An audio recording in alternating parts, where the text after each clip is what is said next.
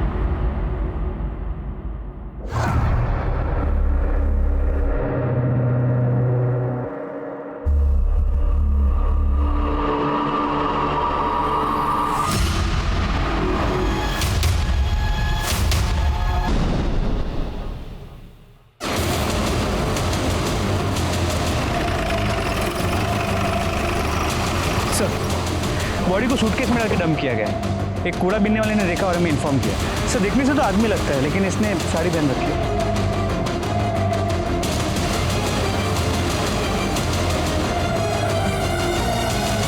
इनमें से कोई से पहचानता है? नहीं सर।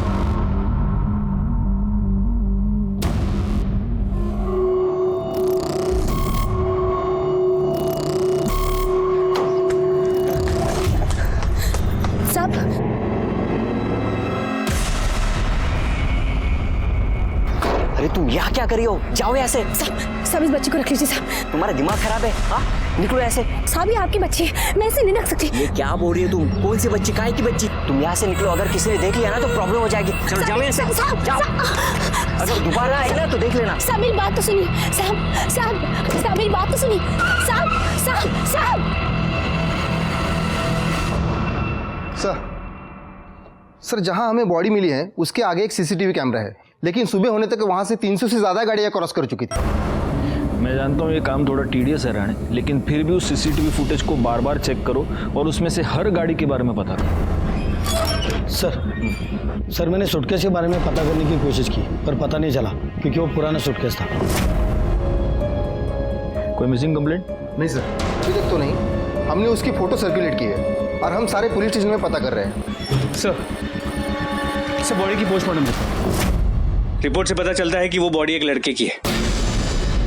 मौत का समय कल दोपहर 4 और 6 के बीच किसी तेज धार वाली ऑब्जेक्ट से उस पर वार किया गया, 2 स्टैब वुंड्स, लेकिन उसे मारने से पहले उसे बुरी तरह मारा पीटा गया। हमारे सारे खबरियों को काम पर लगा दो, आखिर पता तो चले कि एक लड़का लड़की बनकर क्यों घूम रहा है।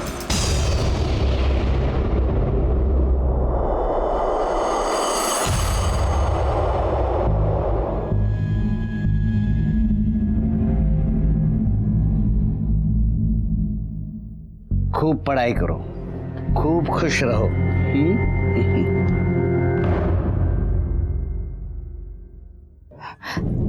चांदबी, देखना रेशमा का फोन नहीं लग रहा और कल रात से आई भी नहीं है वो। अरे छोड़ना, वो भाग गई होगी। वैसे भी वो मुझे सही नहीं लग रही थी। और हाँ, तुझे बताती हूँ मैं, वो तो मुझे जन्म से किन्नर भी नहीं लगती थी। वैसे वो मिली कहाँ थी तुझे?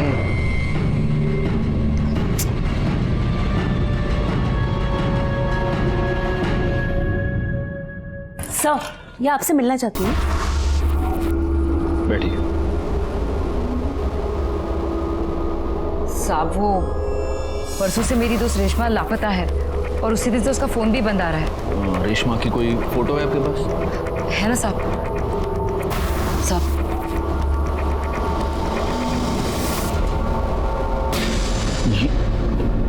क्या गायकवाड़, तुम्हारे पास जो फोटो दिखाओ इनको। सब क्या हुआ? देखिए ये फोटो।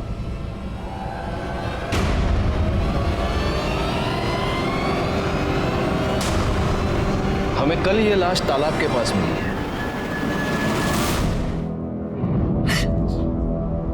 क्या तुम ये जानती थी कि रेशमा एक लड़की नहीं लड़का है?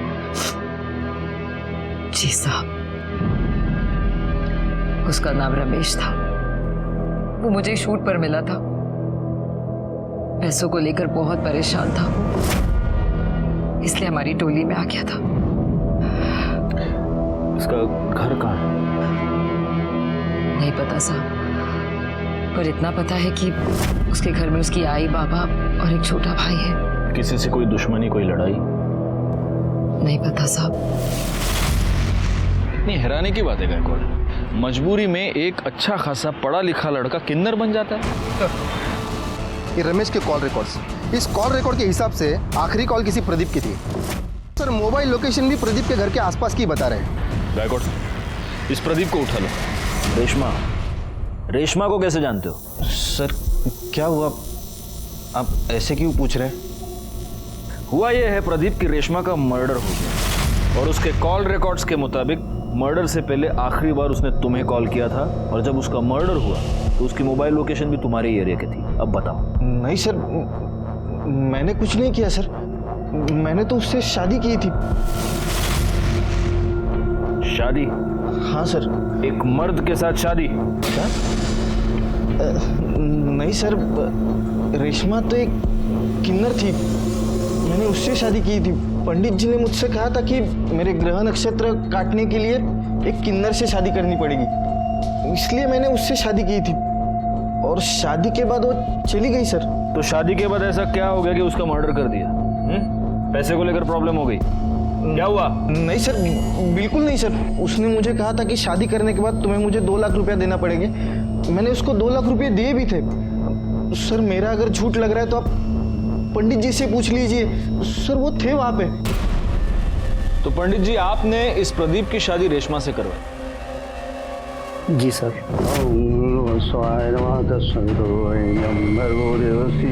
और शादी की विधि संपन्न होते ही मैं भी वहां से चला गया और रेशमा भी मेरे पीछे पीछे चली गई थी।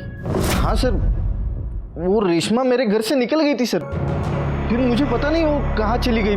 उसके मोबाइल लोकेशन के मुताबिक काफी देर तक वो तुम्हारे एरिया में ही थी। पता नहीं सर। सच बोल, कहीं ऐसा तो नहीं कि तेरा उसके साथ किसी बात से झगड़ा हो गया और तूने उसका मर्डर कर दिया? नहीं सर, सर मैं क्यों झगड़ा करूं उसके साथ? सर वो लोग तो ऐसे ही छोटी छोटी बात पे आपस में लड़ते झगड़ते रहते थे। सर एक बार तो मेरे रेस्टोरेंट में ही मेरे कस्टमर के साथ उनका झगड़ा हुआ था। सर विपुल भाई नाम है उनका। सर सच कह रहा हूँ सर, वो विपुल भाई ने भी एक बार मारा था रेशमा को। तेरे रेस्टोरेंट में सीसीटीवी कैमरा है? जी हाँ सर। राणे, चला घेऊन जा और उस दिन का सारा सीसीटीवी फुटेज निकालो। सर चलो। और पंडित जी, इसके बाद अगर ऐसे ऊट पटांग उपाय किसी को बताए तो अंधविश्वास फैलाने के जुर्म में उठा के अंदर डाल दो। जाइए। आई रे, अब तेरे पास गाड़ी है? हाँ सर है। जा। Thank you sir. गायकवाड़, इस प्रदीप के कॉल रिकॉर्ड्स और मोबाइल लोकेशन निकलवाओ। और एक और बात, इसके पास जो भी गाड़ी है, हमें वो जो गाड़ियों का सीसीटीवी फुटेज मिला है उसके साथ मैच करके देखो। सर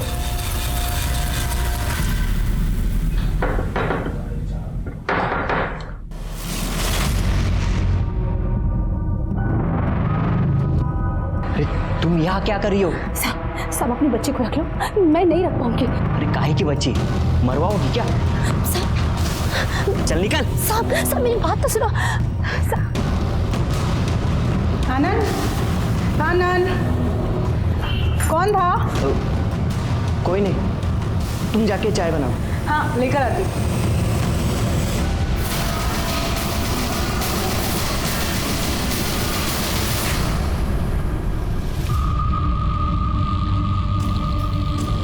ये चांद, रेशमा और नाज, इनका आपस में रिश्ता कैसा? अरे क्या साहब, इनका तो हमेशा ही कुछ ना कुछ लगा रहता है।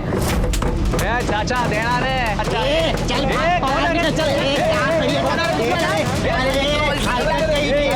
हलकट किसको बोल रहे रे? तू अपना काम करना। मर्द होकर या तालियां बजाता है। और ये जो चांद भी है ना, ये नकली किन्नरों से बहुत चिढ़ती थी।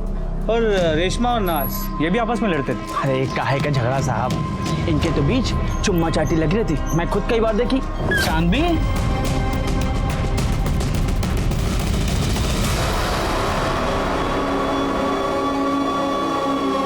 तो क्या है ना साहब, अब कोई आदमी तो मिलने से रहा, तो जो मिलता उसी के साथ चिपक लेते।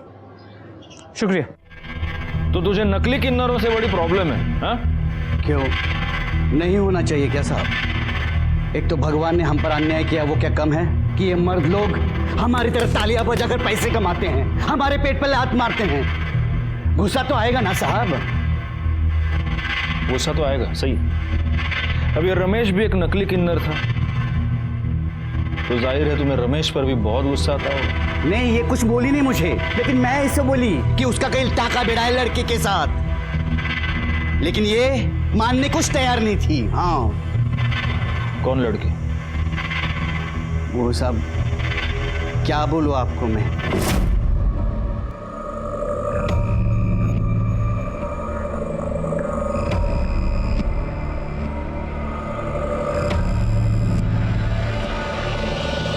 साहब जब मैं वहां गई ना, उससे पहले वो चली गई थी। वो अगर मिलती ना तो वहीं के वहीं उसका सच झूठ खुलवा देती। हाँ। तो नाज, तुम्हें यह पता चल गया था कि रमेश का किसी के साथ चक्कर चल रहा था, किसी लड़की के साथ, तो गुस्सा तो तुम्हें भी आया होगा, क्योंकि तुम्हारा और रमेश का अफेयर चल रहा था। नहीं नहीं साहब, झूठ मत बोलो, मेरे पास गवाह है। जी साहब, मेरे को बुरा लगा था। और इसी वजह से जब रमेश और प्रदीप की शादी हुई तब तुम प्रदीप के घर के बाहर रमेश का इंतजार कर रही थी। रमेश जब बाहर आया तब तुमने उसका मर्डर कर दिया।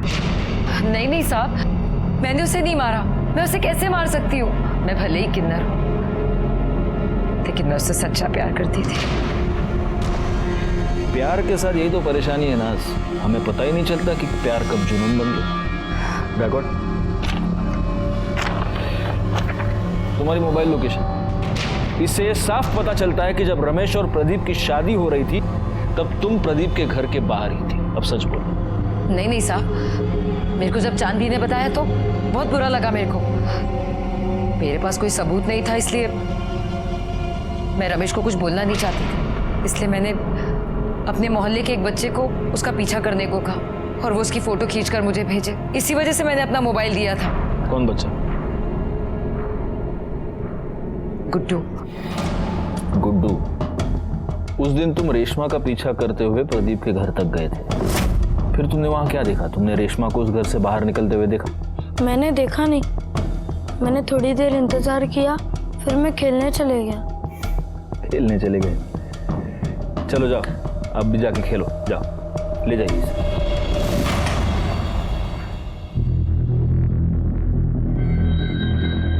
या तो नाज ने इस बच्चे को सचमुच अपना मोबाइल दिया था, या फिर वो इस बच्चे से झूठ बोलवा रही है। सर, प्रदीप की कार का नंबर उस दिन वहां जितनी भी कार्स थी उनसे मैच नहीं कर रहा, और सर उसका मोबाइल लोकेशन उस एरिया का नहीं है। मैंने उस रेस्टोरेंट की सीसीटीवी फुटेज मंगवाई थी, वो आ गई?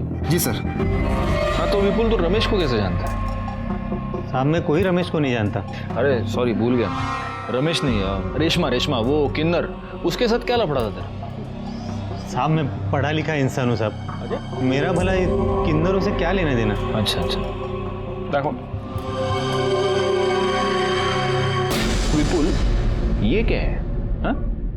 इस रेस्टोरेंट में उसको मारने के लिए तो उसके पीछे दौड़ रहा है, ये क्या है? साहब रेशमा मेरे घर के आगे पीछे चक्कर लगा रही थी। अच्छा? तो मुझे ऐसा लगा कि वो मेरा बच्चा चुराना चाहती है, तभी गुस्से में आकर मारा था साहब। अब गुस्से में आकर करड़े तुझे बहुत मारने वाले, क्योंकि तू झूठ बोल रहा है। ये तेरी बीवी कोयल के और रमेश के कॉल रिकॉर्ड्स, इससे साफ पता चलता है कि इन दोनों के बीच में काफी बातचीत होती थी। उनके मोबाइल लोकेशन से एक इंटरेस्टिंग बात पता चलती है कि ये दोनों आपस में कई बार मिल भी चुके थे, और उससे भी ज्यादा इंटरेस्टिंग बात ये है कि जब ये दोनों मिलते थे तब तू भी उनके आसपास ही होता था। तेरी मोबाइल लोकेशन भी यही बता रही है। अब सच बोल, मैं तो बहुत मार खाएगा तू। सब बता दो साहब। मैंने कोयल को रेशमा के साथ देखा था तो मुझे शक हो गया। अब मुझे लगा कि ये जरूर कुछ अलग चक्कर है।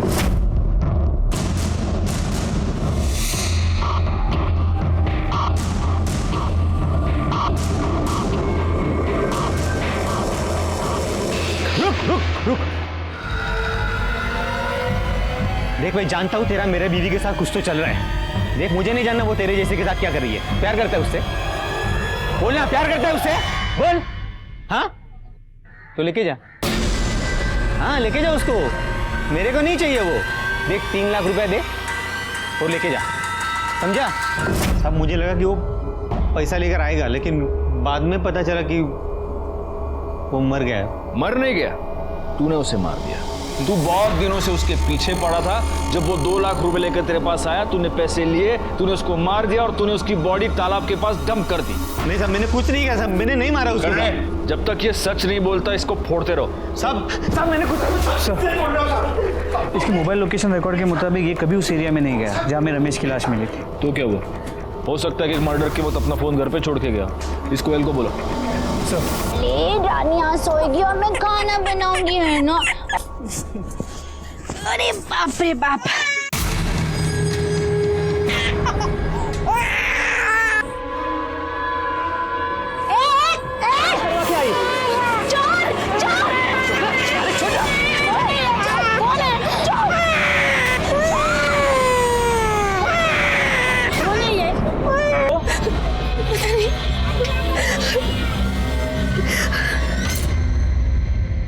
तुम रेशमा को कैसे जानती हो?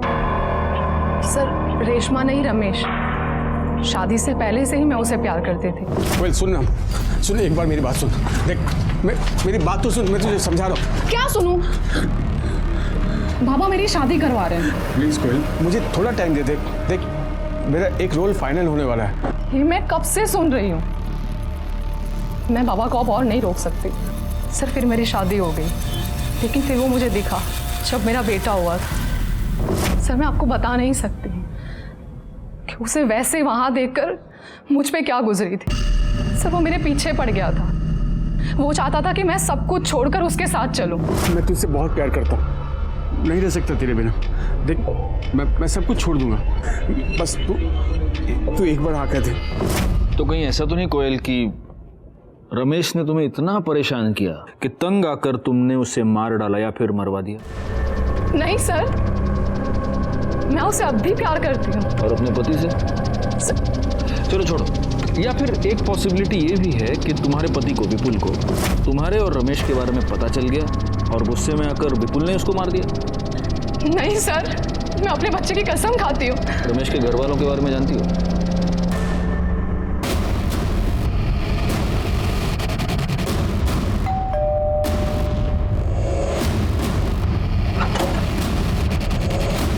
कहिए। हम रमेश के बारे में आपसे बात करना चाहते हैं।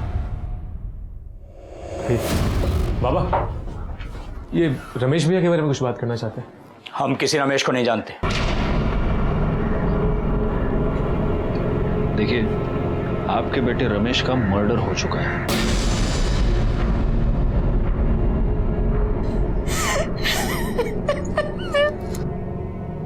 हाँ तो जो इतना घटिया काम करेगा उसके साथ ये सब तो होना ही था ना। नाक कटा के रख दी थी उसने समाज में हमारी। साड़ी पहन के औरतों की तरह नाचता था वो। बाबा बाबा बाबा मेरी बात तो सुनिए बाबा। ये है तू? अरे मैंने तो बेटा पैदा किया था, ये कैसे बन गया तू? देखिए मेरी बात तो सुनिए। अरे किसके साथ मुंह काला करके आई थी तू? ये मेरा बेटा तो नहीं हो सकता। बाबा मैं आप ही का बेटा हूं, लेकिन आपने मुझे कभी अपना बेटा समझा ही नहीं। उन लोगों में शामिल हो गया था वो। और ये बात ऐसी नहीं है जो बहुत दिनों तक छुप थी। एक ना एक दिन सबको पता चलना ही था। कहीं ऐसा तो नहीं कि इसी बेइज्जती के डर से आप ही ने उसका मर्डर कर दिया? भाई शपथ, कई बार लगा कि अपने हाथों से उसकी जान ले लूं, फिर लगा कि उसे मारकर खुद को सजा क्यों दूं। सिर्फ इसलिए बच गया वो। भैया बहुत अच्छे थे, उन्हें ना बड़ा हीरो बनना था, लेकिन उनके सपनों ने उनकी जान ले ली। एक आदमी को किन्नर बनने पे मजबूर कर दिया। गायकवाड़, इन सब के कॉल डिटेल्स निकालो। क्या करूं मैं? बोल, खुद मर जाऊं या तुझे मार दूं? क्या करूं?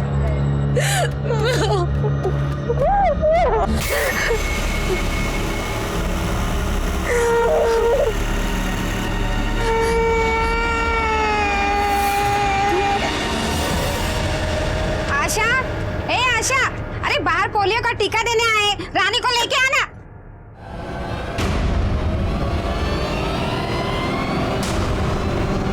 आशा, आशा। सर रमेश के परिवार वालों के कॉल लोकेशन डिटेल्स आ गए। जहाँ रमेश की बॉडी मिली थी, इनमें से कोई भी वहां भी कभी भी नहीं गया है। और उस एरिया में जितनी भी गाड़ियां उस दिन देखी गई थी, उनमें से किसी का भी इनमें से किसी के साथ कोई भी कनेक्शन नजर नहीं आया। नाज और चांद की मोबाइल लोकेशन भी उस एरिया की नहीं है। एक पॉसिबिलिटी ये है कि जिसने भी ये मर्डर किया है उसने मर्डर करते वक्त अपना फोन कहीं और रखा हो। क्योंकि कैसे है, मर्डर तो हुआ है, अब पता ये करना है कि ये मर्डर किया किसने। हाँ बोला क्या? ठीक है सर, मालाड के एक चौल में एक औरत का मर्डर हो गया।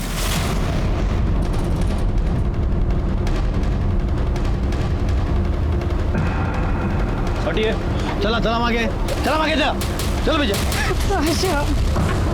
आगे चले।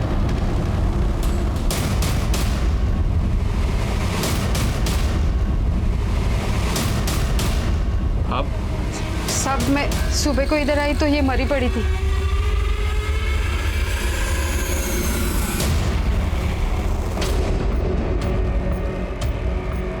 गला काट कर मारा गया है और गले का सारा खून सूख गया है, तो हो सकता है कि ये मर्डर कल रात को हुआ। क्या नाम क्या है इसका? आशा अपनी बच्ची के साथ यहाँ रहती थी साहब। बच्ची? तो बच्ची कहाँ है? बच्ची नहीं थी इधर, लेकिन मुझे लगता है ना इसका पति शंकर ने इसको मारा होगा। वो इधर आया था, 3 साल से उसको हम लोग देखा भी नहीं। आशा पहले दूसरे चाली में रहती थी जिधर मैं रहती थी। मैं इधर आई तो इधर रहने को आई। इसकी बच्ची की उम्र क्या है? 8-9 महीने। इसका ये पति शंकर ये कहाँ मिलेगा? होएगा उधर ही पुरानी चाली में।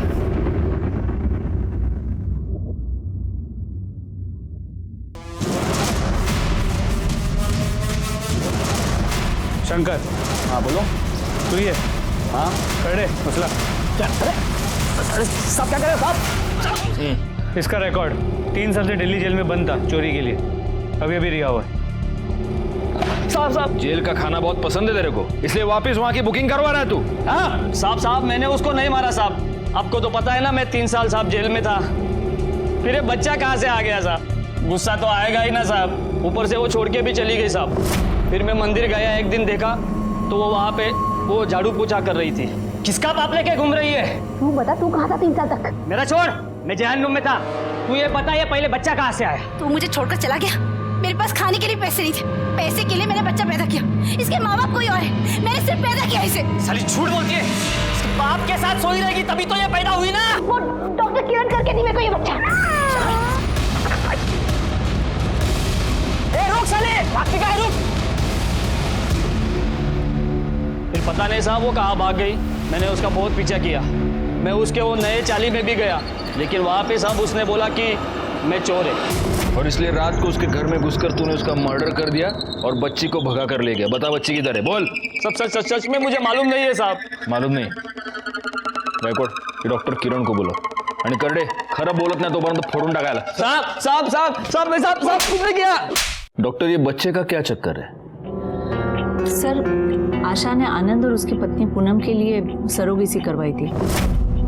आशा को हुई लड़की और आनंद को चाहिए था लड़का, तो आनंद ने उस लड़की को अपनाने के लिए इनकार कर दिया। हमने भी उसके ऊपर काफ़ी प्रेशर बनाया, क्योंकि लड़का हो या लड़की सरोगेसी करवाई थी तो अपनाना तो था ही। लेकिन कुछ दिन बाद आशा ने कहा कि अगर वो लड़की को अपनाने के लिए तैयार नहीं है तो वो खुद उस बच्ची को पालेगी, क्योंकि उसका पति उसे छोड़कर कहीं चला गया है। और उस बच्ची में आशा ने अपना सहारा ढूंढ लिया। वैसे हमें ये शक है कि उसके पति शंकर ने ही उसकी जान ली है, लेकिन आपको कुछ और सस्पिशियस नजर आया इस केस में?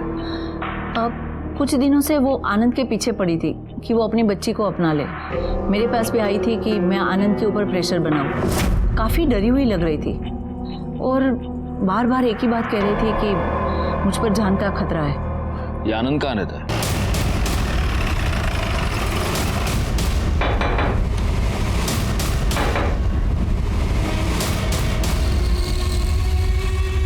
आनंद?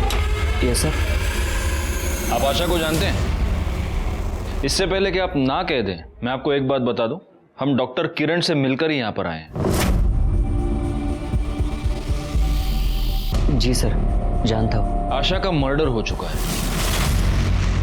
डॉक्टर किरण ने हमें यह बताया कि आशा पिछले कई दिनों से आपके पीछे पड़ी थी कि आप अपने बच्चे को अपना लें।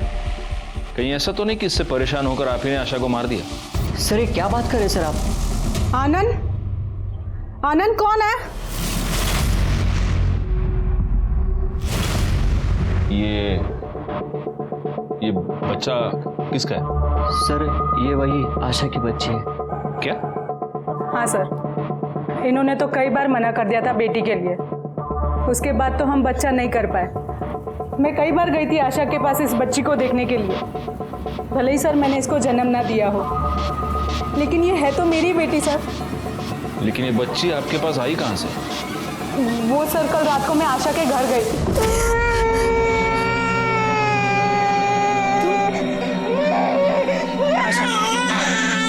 ये बच्चा मुझे दे दो। देखो वैसे भी ये तुमने मेरे लिए पैदा किया था, प्लीज आशा मुझे दे दो ये बच्चा। अगर मेरी मजबूरी ना होती तो इससे मैं अपने से कभी अलग नहीं करती।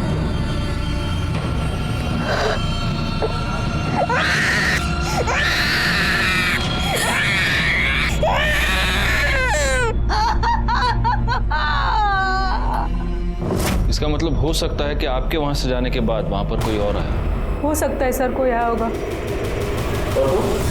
तुम तो ये बेटी चाहते नहीं थे, फिर अचानक से मन कैसे बदल लिया तुमने? क्या करता सर, ये जिद पे अड़ी थी। कहीं ऐसा तो नहीं कि बीवी की जिद के आगे झुककर तुमने बच्ची को तो अपना लिया, लेकिन फिर गुस्से में आकर तुमने आशा का मर्डर कर दिया? सर नहीं सर, मैंने उसका मर्डर नहीं किया सर। बैकआउट, इसको ले चलो साथ में और इसके सारे डिटेल्स भी निकालो। सर नहीं नहीं सर, नहीं सर, सुनिए सर, सर, कहाँ लेके जा रहे हैं सर? सर, आशा की पोस्टमार्टम रिपोर्ट, उसे चाकू से मारा गया और इसके कॉल रिकॉर्ड्स। सर, इसके अलावा पूनम के कॉल डिटेल से पता चला है कि आशा की मर्डर वाली रात उसके मोबाइल की लोकेशन आशा के घर के पास की थी, लेकिन उसके पति आनंद की मोबाइल की लोकेशन वहाँ की नहीं थी। हो सकता है इस आनंद ने बड़े प्लानिंग के साथ आशा का मर्डर किया और इसलिए वो मर्डर करते समय अपना मोबाइल अपने घर पे ही छोड़ के गया था।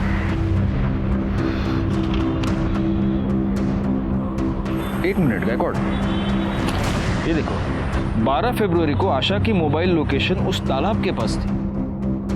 उसी तालाब के पास हमें 13 फरवरी को रमेश की लाश मिली थी। तो आपको क्या लगता है ये दोनों केसेस कनेक्टेड हैं? चेक करने में क्या जाता है, एक काम करो, इन दोनों केसेस से रिलेटेड सारे कॉल डिटेल्स, सारे मोबाइल लोकेशंस दोबारा चेक करो। हो सकता है इन दोनों में कोई कनेक्शन हमें मिल जाए।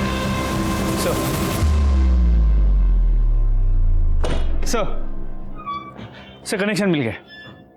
इसमें आशा के घर के बाहर का सीसीटीवी फुटेज है। हाँ सर ये सर, आशा के मर्डर वाले दिन आशा के चौल के पास एक गाड़ी देखी गई है और ये सेम कार रमेश के मर्डर वाले दिन उस एरिया में भी देखी गई थी। आरटीओ से पता करो ये गाड़ी किसके नाम पर रजिस्टर्ड है। ऑलरेडी पता कर लिया, मनोहर काले। तुम रमेश और आशा को कैसे जानते हो? सर मैं तो इन दोनों को नहीं जानता। अगर तुम इन दोनों को नहीं जानते तो उस दिन 12 फरवरी को तुम्हारी गाड़ी उस एरिया में क्या कर रही थी जहां से हमें रमेश की डेड बॉडी मिली? उस दिन तो उसने मुझसे कार मांगी थी ना, उसकी गाड़ी खराब थी। किसने? सर मैं पहले भी बता चुका हूँ कि रेशमा शादी के बाद वहां से निकल गई थी, फिर वो कहाँ गई मुझे नहीं पता सर। तुझे नहीं पता? चल अभी हम तेरे को 2 पिक्चर दिखाएंगे। गायकवाड़ देखो, देखो ये वहां का सीसीटीवी फुटेज है जहां पर हमें रमेश की लाश मिली थी। ये रास्ता सीधा उस तालाब के पास जाता है और ये उस रास्ते पर है गाड़ी। ये तेरी गाड़ी नहीं है, ये मनोहर काळे की गाड़ी है जो तूने उससे मांगी थी। अब दूसरी पिक्चर दिखाओ।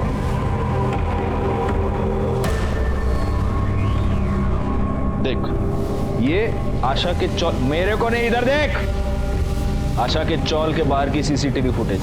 यहां पर भी तेरी गाड़ी मौजूद है। तेरी मतलब मनोहर काळे की गाड़ी जो तूने उससे मांगी थी। जहां पर हमें रमेश की डेड बॉडी मिली वहां पर भी ये गाड़ी, आशा के चौल के बाहर भी ये गाड़ी और उसके बाद आशा की भी मौत हो गई। अब बोल। नहीं सर, मुझे लगा था कि रेशमा भी नाज और चांद जैसी ही है, इसलिए मैंने उससे शादी कर ली थी। उसके बाद पंडित जी वहां से चले गए, फिर रेशमा भी जाने लगी, तब मैंने उसे रोक लिया। 1 मिनट रेशमा। हाँ तू कहाँ जा रही है? शादी हो गई? अरे शादी हुई है, अभी तो सुहागरात भी बाकी है। क्या सुहागरात?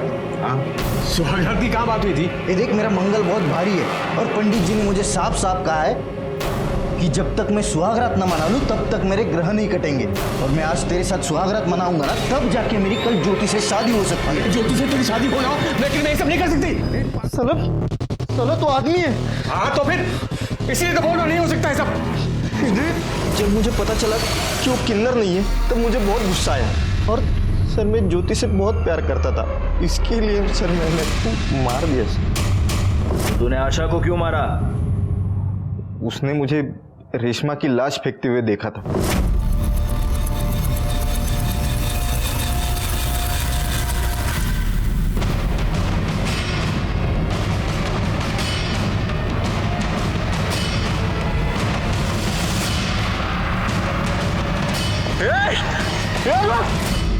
एक दिन वो मुझे मंदिर में दिखाई दी, फिर मैंने उसका पीछा किया और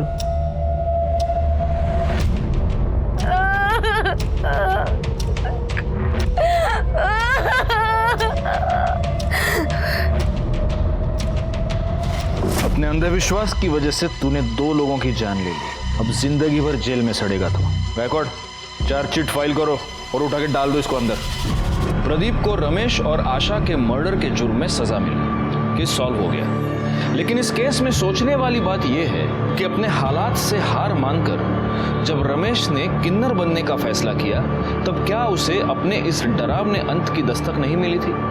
अपना लोग, अपनी दुनिया, अपने परिवार से मुंह मोड़कर वो एक ऐसी दुनिया का हिस्सा बन गया जिस दुनिया के बारे में वो कुछ भी नहीं जानता था। वो नाज से प्यार करने लगा था, इसमें कोई भी बुरी बात नहीं थी, लेकिन अपनी हकीकत से मुंह मोड़कर इतना बड़ा कदम उठाने से पहले उसे ये सोच लेना चाहिए था कि कुछ रास्तों पर चलकर वापस आना बहुत ही मुश्किल होता है। खैर, मैं सीनियर इंस्पेक्टर राजेश जाधव आपसे विदा लेता हूँ।